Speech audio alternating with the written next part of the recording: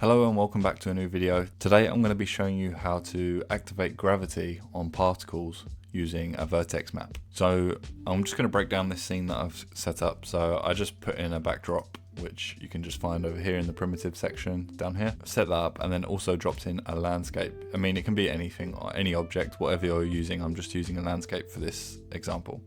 So you can just drop one of those in if you want. And then next thing, I just added in a particle system up here. So this is a mesh emitter, which you can find up here. If you go to simulate, down to emitters, and you have this mesh emitter, which will drop in a mesh emitter and a particle group. In the mesh emitter, in this emission tab, you can adjust the count. I've just put mine up to 150,000 and made sure to set the emission mode to shot. We don't want constant, we just want shot. That means every particle is going to spawn in at the first frame.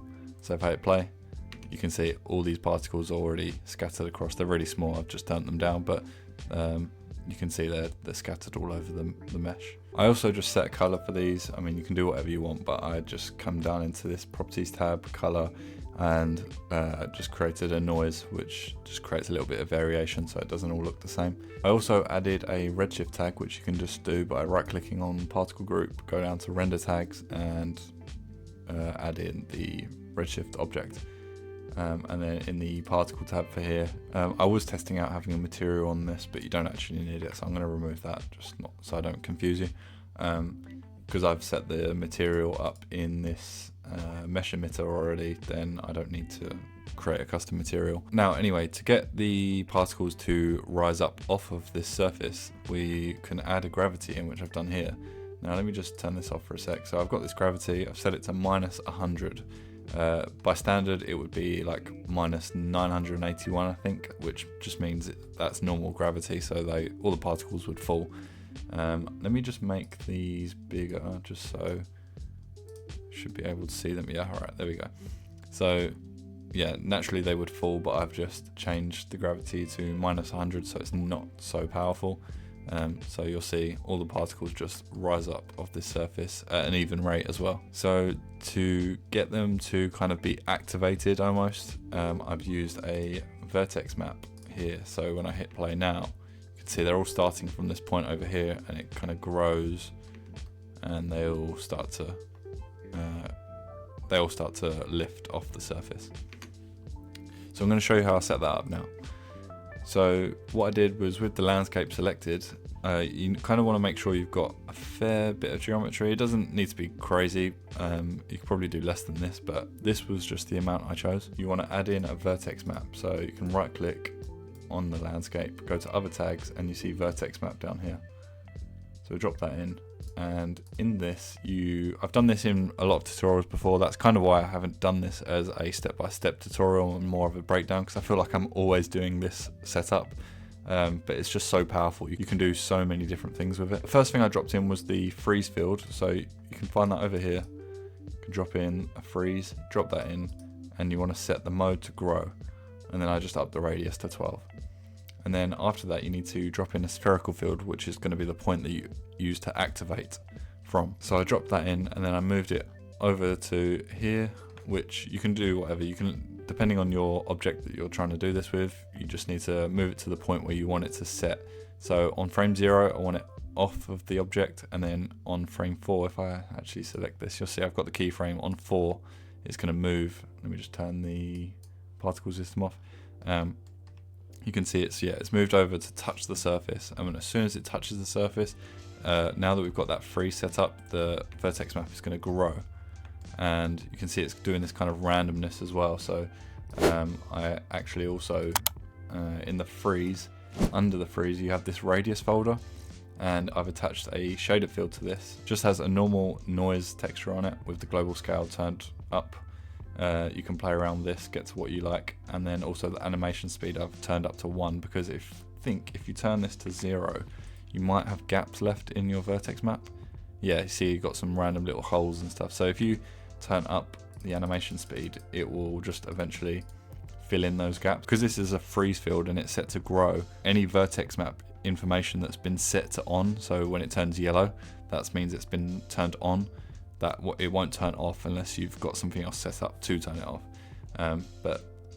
So if you turn up the animation speed, that means that noise texture is just going to kind of keep flowing around until it fills in these gaps. So now when I hit play, it's like, yeah, it just keeps filling up. Sometimes you see them start and then they get filled in.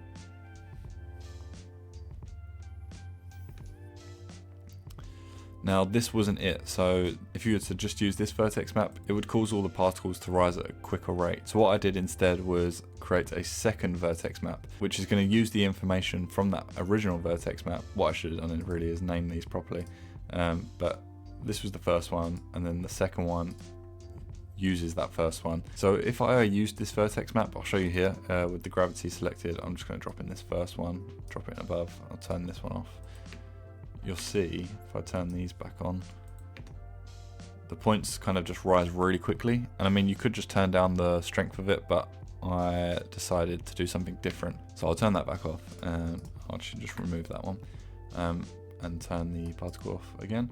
So yeah, I created a second vertex map, and what I did was turn off use deform points, which doesn't really matter for this because the mesh isn't deforming, but maybe you've got something with like a displacement on it or something that's deforming, then maybe you'll need this on, but for this we don't need it. So if I click play now, you can see it's doing the exact same thing as the first vertex map. So I then added a delay field, which you can find here as well, and on this delay you can see, if I turn it on, we've got this smooth mode. So when I hit play, you kind of see it smoothing out the edges, which, I mean, it's cool, but that's not why we're using it. It's so that we can use it with this curve, which I add in here. Essentially, it's just setting the points that we want to show from that vertex map, like the data that we want to show. So if I hit play, you've got this nice smooth passing through, which is essentially just giving you the power to show which parts of the vertex map information that we set up before. So if I hit play, you'll see it's just showing the edges. So I set up this curve here, so if I was to just quickly reset this, so this is how it would naturally look when you drop in a curve, which makes no difference. So what I needed to do was create a point in the center, move that up, and then bring the edges down. So we just have this middle point, which, yeah, this would create the look we're going for. You could ease all of these, maybe right clicking, maybe set point types to ease. Yeah, there we go. So just to create a little bit of a smoother edge, which is nice. But yeah, now that we got this set up, we can use this for our gravity, which is what I've got in here. So now the points, instead of them all rising really quickly, they kind of get, it's kind of like they get set in a velocity. So when you hit play, like they get, once that vertex map hits them, if I just try to catch it here, so it's hard to see, but I guess underneath you can see this line here is exactly where the gravity is being set, like to on, like these points exactly here are being applied gravity, and then after it passes by, so these ones from the start, they now have no gravity applying to them. However, they've got a velocity already given to them, so they're just going to continue to move up at a constant rate. You could do some extra setup to make them like just slow down after they've risen up a little bit, but I'm just showing you how to actually just activate the gravity. So yeah, where we created that noise field as well, we can see it's creating some different displacements and different variations, like these ones have got a little bit higher, yeah, and then some are a little bit lower. So yeah, adding that noise field just creates like some randomness, which is really nice. But yeah, that's really it. It's quite a simple technique to do, but can be really handy for when you want to activate particles on an object. As I said before, I feel like I always include this freeze and spherical field technique in a lot of my videos, but it's just so powerful. You can do so many things with it. So I will probably continue to show off different ways of using it. But yeah, that's it for today's video. Thank you so much for watching, and I guess I hope to see you in next week's video. Thank you.